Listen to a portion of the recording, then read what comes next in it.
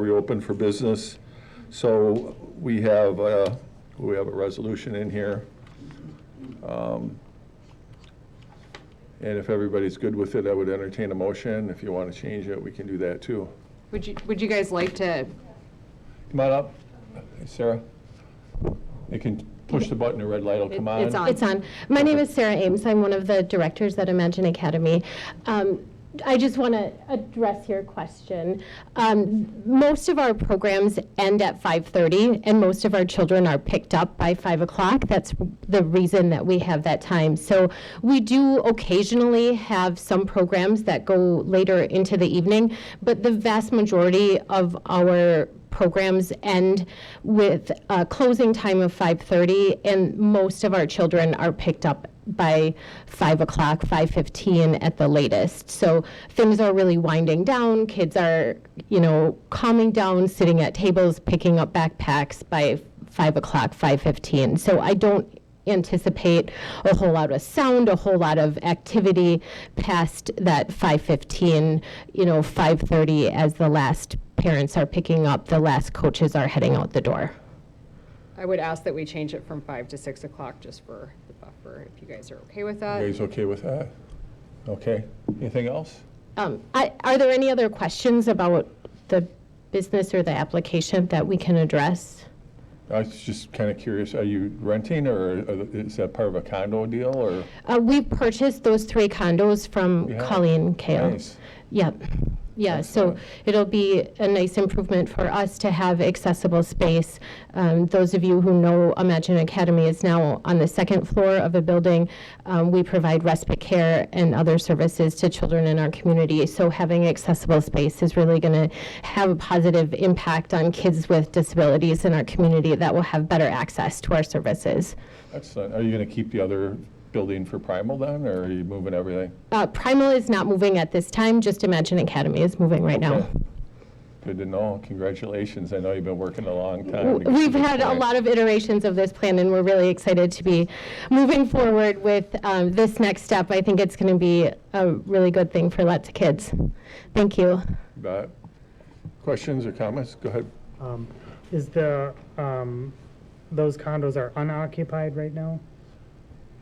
Right now, there's nothing happening in there. When the Stoughton Center for the Arts moved over to the industrial park, there was, I can't remember the exact. It was like the dance the team. The Stoughton dance team and Stoughton, there were some other like Tots, Palms classes happening in those spaces too. And I believe those were happening much later in the evening, maybe until 8-ish, 8:30-ish. And there were music lessons and other variety of activities happening in the evening there. Do you need to do a lot of modification to that to bring it up to what you're envisioning with it? Right now, our plan is to start with carpeting and paint. In the future, we may choose to open up 2 of the units to have one more open space. But to start with, we can roll our stuff in and start as is. That was one of the pros on our list of that space. One of the areas will be for youth exercise. So one of our models to help children grow and develop is to provide physical activity for kids. So we have an agility course that we have a really nice matted foam, carpet bonded foam, and we have different size like obstacles that kids navigate over. We have medicine balls that are like stuffed balls that are developmentally sized for kids that they use. We have a variety of different equipment that we teach kids to use, and it's kind of like games.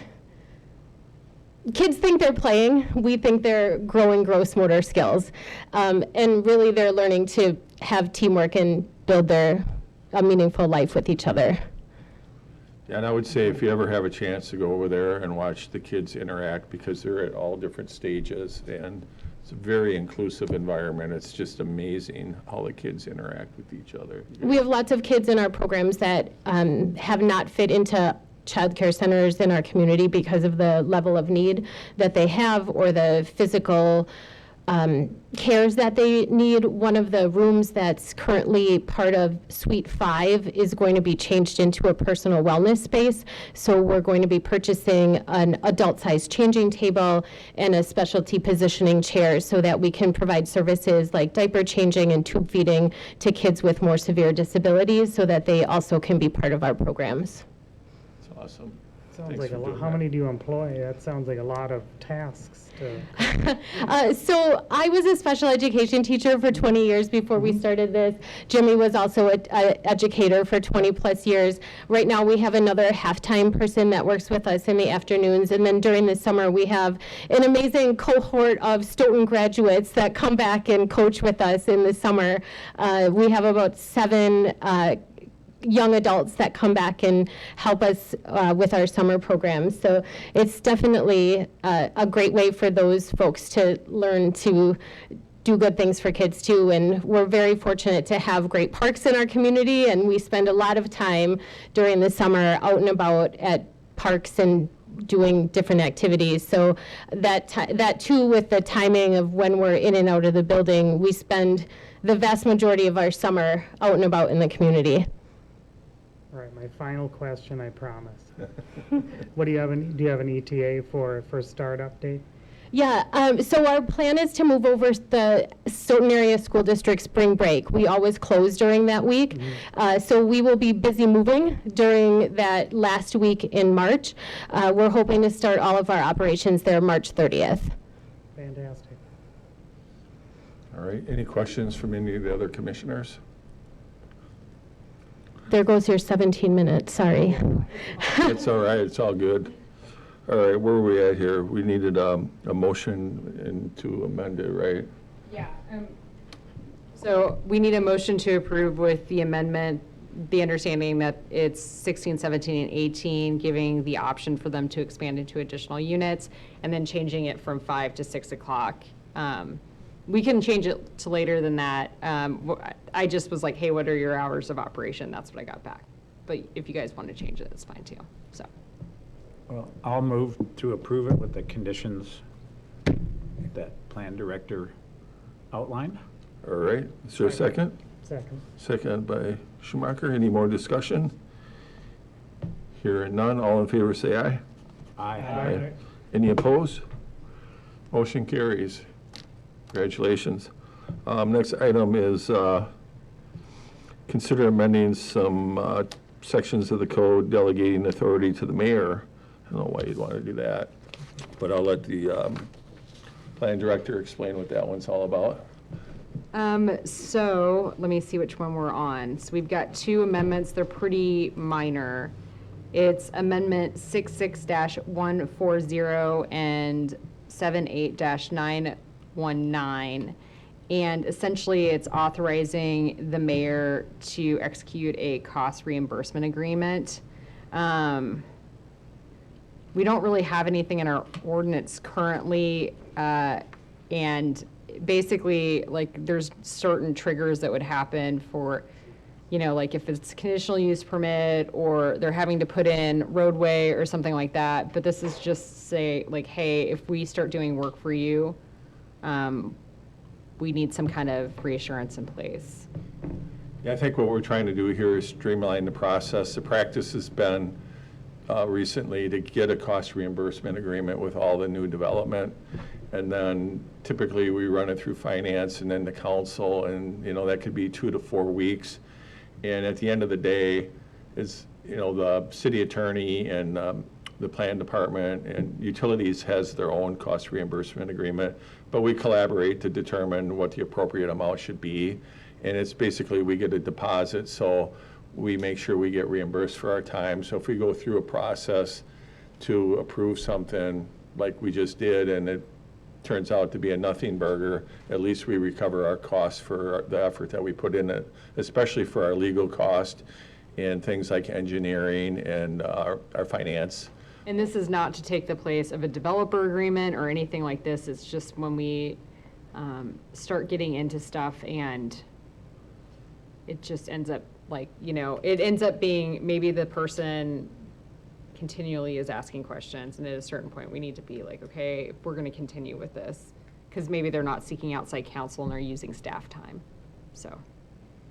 So that's what we're basically trying to do, is streamline the process. Any questions about that before we go into the public hearing? Hearing none, we'll go into the public hearing, and nobody is signed up to speak. I don't see anybody online. Anything for you, Tyler? All right, so we'll reopen for our regular business. So if nobody has any questions, we would entertain a motion for a recommendation to council. I'm sorry, now I'm thinking of questions, Mayor.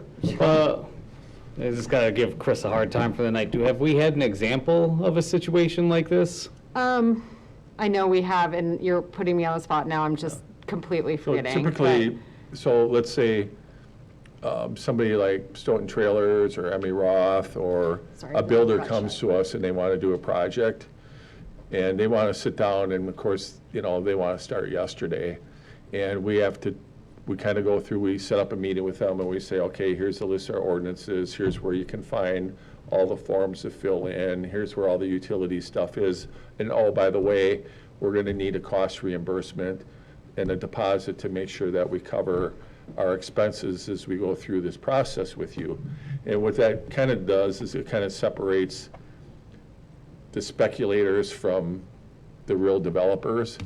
And what we're trying to do is speed it up so we don't have to say, okay, we can explain where everything is and do everything, but now we got to wait 2 weeks, maybe 4 weeks for the council to come back and do the cost reimbursement before we can actually do any meaningful work for them.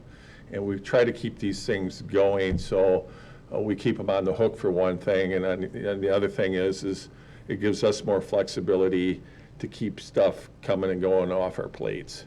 So it's really for the developer and for us, and it's one less thing that the finance committee and the council would have to worry about. Now, I certainly understand where the council and the finance committee would like to have some oversight. I think they're still going to have that through the developers agreement, the site plan, and other means. So it's really not approving anything other than they're going to give us money in order to do the work to get them to the point where you guys can approve something. We do have, we've had a couple of things that maybe wouldn't have triggered a developer agreement, but then I have to send off to engineering to have reviewed and approved because they're hooking up to, and so to ensure that the city isn't necessarily eating those costs for the consultant to come in and look at the engineering to make sure it meets the minimum requirements of our standards. So it's not time I'm billing back. It's normally it's if I have to pull in a third party to be hey. So, and we have had that happen on a couple of occasions where we're getting stuff in and I'm it's kind of a gray area because maybe it's a permitted use in that area, but they're asking for things that are going to require stormwater review or something along those lines that are outside of the scope of what I can provide. So really, I think that's more what it's safeguarding. And if you have follow-up questions, I can get them to Rick and we can kind of follow up from there. Typically, when we set the deposit level, and then once we get down, let's say we set the deposit at 20,000, and maybe when we get down to 5 or 10,000, then we ask for additional money, and if they don't provide it and they run out of money, then we stop working, right? So that's kind of how it works in practicality, and what we're just trying to do is save 2 to 4 weeks of time, basically, for us and the developers.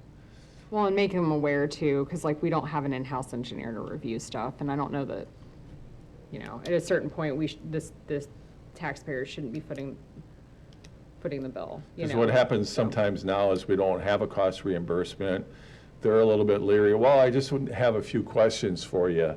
3 hours later, and 3 or 4 third-party vendors later, we've run up a bill of $1,000, $2,000 answering their questions, and then the deal falls through, and then we're sitting here with egg on our face because we didn't have any money. And the other part of it too is there has been stuff that has been streamlined, and then I've sent it off to engineering, and if they didn't want to pay us, I don't know that we have any recourse necessarily, but then it's part of the approval process for the site plan approval.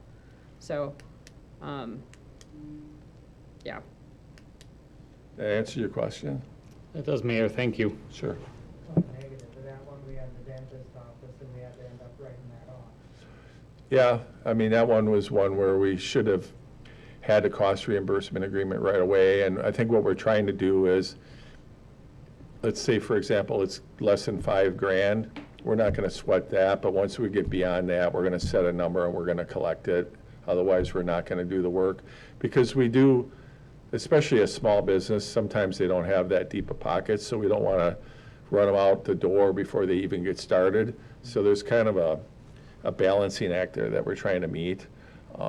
And I, like, Jordan, I'm happy to talk to you about this after, but the other thing too is that we need to, anytime I send something out to the engineers, it's a cost, and we've had a couple situations where maybe their engineers are only making one change at a time versus collectively, and then every time it's a dollar sign, and I really want people to be aware of that, because like honestly, there's easier ways to keep costs down, right? Like doing all of the work at once, or, yeah.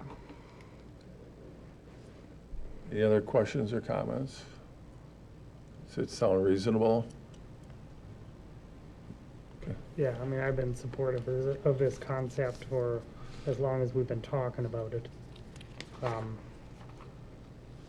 It just seems like a better use of time, because we do have the stop gaps at different points that we can halt things or review things or exert control over them. So I would make the recommendation to council. All right, is there a second? Second. Second by Majewski. Any more discussion? Hear none, all in favor say aye. Aye. Aye. And any opposed? Motion carries. Item number 9, sidewalk cafes. Yeah, so this is a really minor amendment to, to allow for the sidewalk cafe furniture to be left out overnight. All the same things still apply. You can't have it, it needs to meet ADA, all of that stuff. However, if the landowner wants to leave the furniture out overnight, and Phil, do you want to talk at all more about that? Or so just to back up, my concern would have been if we were in a, say, college town where I used to work, and that furniture would all walk off or be thrown into the lawn, somebody's lawn, or window. whatever. I don't think we have those same problems here. I mean, that's my take, and we've had it requested by a couple different businesses, and then I asked Mayor, and Phil was like, yeah, I feel comfortable pushing this forward, and that's why I'm putting him on the spot right now. So- Well, and, I mean, really, one of my only things, I mean, aside from all the other rules that go along with this about not impeding pedestrian traffic and everything, is situation of seasonal, so, you know, as far as snow removal and that sort of thing, but since usually people aren't going to be sitting outside when there's in the winter time, although I suppose there could be circumstances. I was gonna say, so what's funny is that the coffee shop across, I can see it from my office, right? They have their stuff out year-round, and people sit there year-round, but then they bring their stuff in every night, and I think they In were shorts asking. even, right, Tyler? There you go, in shorts even. So, I believe that they were one of them that requested it. Yeah. And I think they were just like, can we leave our tables out instead of the chairs? It's kind of a So- labor-intensive thing, Yeah. and it's really no harm, no foul. If it got to a point where things were happening, we would probably I think reconsider it. yeah, the biggest one is ADA compliance to me, as long as they're not leaving them, as long as they're leaving a path, and they should be meeting that regardless if they're bringing it in or out, right? Like, so, It kind of, you know, things kind of started with the pandemic. Before the pandemic, it's like, oh, you can't have any furniture out. And then when the pandemic came, it's like, we got to do what we can to help everybody. And then once the pandemic started tailing off, then it's like, well, we need to dial this back. And then we started thinking about, it's like, why? You know, if people are using it and the businesses want it, let them have it, you know, as long as there's not any issues. Now, if there are, then we'll revisit it, but I don't really anticipate any problems until there is one. Is this the appropriate time that if the business that Sure. actually initially asked Yeah. for this, if they wanted to say anything, Yeah. if they were of a mind, oh, if you want yeah, to? Yeah. sorry, I didn't realize. Yeah, I yeah, actually yeah. was not familiar that there's any. Is the light on there? Sidewalk There, Oh, hey, Ryan, press the Oh. button so the red thing. Oops, There you sorry. go. There you go. You're Red on. means stop, so just. Not here. No reason thing.